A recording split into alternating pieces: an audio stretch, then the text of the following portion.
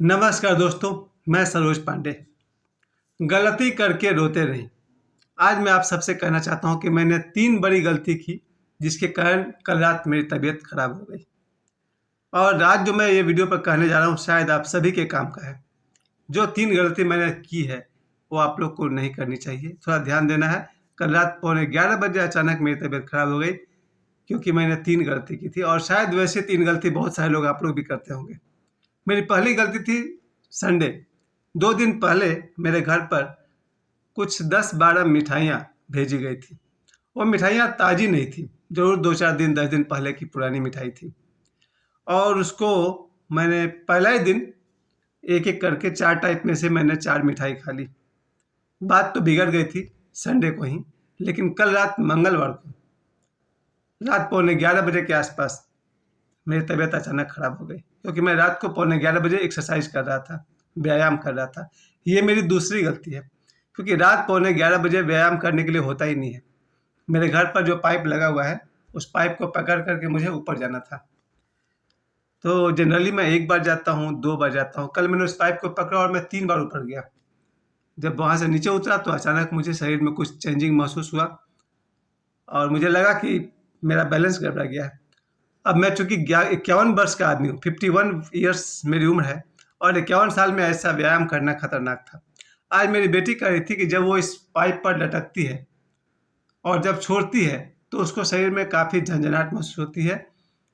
तो मैंने तो 3 बार एक्सरसाइज कर लिया था, यानी कि ये मेरा स्टेप गलत था।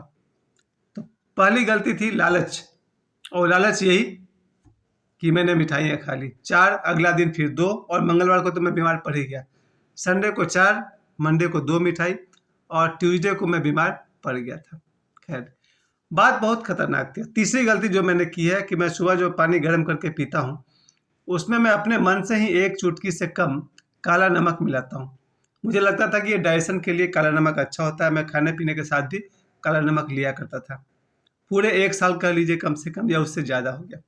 तो जो आदमी सुबह-सुबह गर्म पानी के साथ-साथ काला नमक लेगा थोड़ा भी, अचानक तो उसका ब्लड प्रेशर बढ़ना ही था। और ये 3 चीज़ें मिल करके, 3 फैक्टर्स ने मिल करके मुझे पौने 11 बजे रात को बीमार कर दिया। पहली गलती मिठाइयों का खाना, दूसरी गलती रोज़ पानी में नमक मिलाकर पीना और तीसरी गलती रात को पौने 11 बजे एक्सरसाइज करना। और इन 3 गलतियों ने मेरा वो हाल कर दिया, कल रात 11 बजे से लेकर के अभी 24 घंटा होने वाले हैं, मेरा शरीर ठीक नहीं है। आप सभी से मैं कहना चाहता हूँ कि लालच, इन तीनों के पीछे जो मेन फैक्टर है वो है लालच। लोभ, लोभ ही दुख का कारण है। ये बात हम लोगों ने किताब में पढ़ा है, मैंने अपने जीवन में इसको भुगत लिया है और भुगत रहा हूँ। जहाँ लोभ है, वहाँ दुख आएगा ही आएगा। तुरंत नहीं आएगा, थोड़ी देर बाद सही, लेकिन आएगा। लोभ से बचना बहुत ही ज़रूरी है, चाहे वो भोजन का लोभ था या स्वास्थ्य का लोभ था। ये मेन 2 ही बात थी ना। हम सब लोभ के कारण ही दौड़ते हैं, भटकते हैं और एक दिन दुखी होकर समाप्त हो जाना पड़ता है। लोभ के मार्ग को 91 से मैं ओशो को सुन रहा हूँ, 1991 से लेकर के आज शाम तक। उनकी बातों का मेरे ऊपर कोई असर ही नहीं हो रहा। उन्होंने बहुत पहले हमें समझाया कि तुम्हारी जीवन ऊर्जा ही परमात्मा है। Your life energy is God. तुम ही परमात्मा हो, यानी कि हमारा ये शरीर नहीं। हमारा शरीर तो सही बात है, मिट्टी से, अन्न से बनता है, हवा पानी से बनता है। हमारा शरीर चलिए मान लिया कि परमात्मा नहीं है। हमारा मन बहुत मुश्किल है, वो तो जीवन में 1000 गलती करवाने में बहुत आगे रहता है। जैसे मिठाइयाँ मैंने खाई, वो भी मन का खेल था। मैं जो नमक मिलाता हूँ, वो मन का अहंकार था कि मैं बहुत जानकार आदमी हो गया और एक्सपेरिमेंट करने लगा हूँ। और जो मैं व्यायाम कर रहा था, वो तो पूरा ही मन का खेल था कि स्वास्थ्य मेरा अच्छा रहेगा। शरीर, मन, इसके भीतर छुपा है हमारी आत्मा, छुपी है हमारी आत्मा। उस आत्मा को भगवान कृष्ण ने गीता में परमात्मा कहा है कि हे अर्जुन, प्रत्येक जीवात्मा का आत्मा ही परमात्मा है। ये बात गीता दर्शन की है। ये बात 91 से मैं पढ़ता आ रहा हूँ कि जो हमारी आत्मा, जीवात्मा है, वही परमात्मा है। लाइफ एनर्जी जो है वो परमात्मा है। उसके बाद भी क्या फर्क पड़ा जीवन में? दौड़ रहा हूँ, आज तक दौड़ रहा हूँ। जिस भगवान को अपने भीतर ही गौतम बुद्ध ने पाया, जिस ईश्वर को भगवान महावीर ने अपने भीतर ही पाया, जिस ईश्वर को ओशो ने अपने भीतर पाया, उस ईश्वर को पाने के लिए मुझे कहाँ कहाँ भटकना पड़ा है और अब तक हाथ खाली है। और आज भी जानता हूँ कि ओशो ने गलत नहीं कहा। ओशो यही कहते हैं, तुम्हारे भीतर ही मिलेगा। जिस दिन भी सुख, शांति, आनंद, परमात्मा, ईश्वर, जो भी जब भी मिलेगा हमारे भीतर ही मिलेगा। उसके बाद भी बाहर की दौड़ खत्म नहीं होती है। खैर, आज का वीडियो उतना सीरियस नहीं है। आज की वीडियो में मुझे कहना यही है कि गलती करके रोते नहीं। ये जस्ट एक मजाक वाला था, एक चुटकुला उसने सुनाया था कि गलती करके रोते नहीं। एक बच्चे की तरह हम सब गलती करते जाते हैं और उसके बाद पछताते जाते हैं।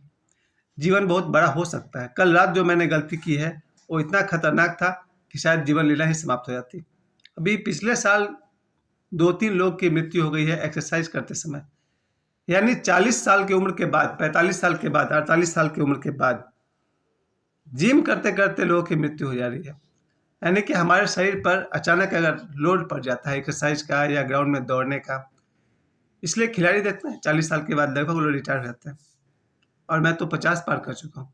50 साल का आदमी अगर इस तरह से एक्स्ट्रा लोड अपने ऊपर लेगा तो फिर गड़बड़ हो जाएगी। आप सब इस वीडियो के माध्यम से आप सभी से कहना चाहता हूँ, अपने उम्र के हिसाब से धीरे धीरे आगे बढ़िए। ठीक है, दारा सिंह पहलवान थे लेकिन एक दिन में नहीं थे, वो सतत उनका लगातार प्रयास था। ये तो अच्छी बात है कि मेरे पीछे ओशो से गुरु खड़े हैं जो मैं आपके सामने बैठा हुआ हूँ, क्योंकि ओशो ने मुझे सिखाया डायनेमिक मेडिटेशन, जो लगभग हर बीमारियों से लड़ा, हर कमजोरियों से लड़ा, लेकिन अहंकारवश मैंने गलती कर दी। आप सभी इस वीडियो के माध्यम से कहना चाहता हूँ कि आप सभी भोजन के मामले में सतर्क हो जाइए, सावधान हो जाइए। आप जो कुछ भी खाते हैं, मेरे इस वीडियो को देखने वाले लोग, आप जो कुछ भी अपना भोजन करते हैं, चाहे आप शाकाहारी हैं या मांसाहारी हैं, उचित मात्रा में और थोड़ा कम ही खाने में कोई दोष नहीं है। ओ भगवान बुद्ध का मध्यम मार्ग सबसे बड़ा ज्ञान है। आप जो कुछ भी खाएं, मिठाई खाएं, पुलाव खाएं या फिर जो कुछ भी आपको पसंद है, थोड़ा कम खाएं, शायद आपका स्वास्थ्य अच्छा रहेगा। ये मेरा वीडियो आप कहेगा तो हम पहले से जानते हैं, बिल्कुल जानते हैं।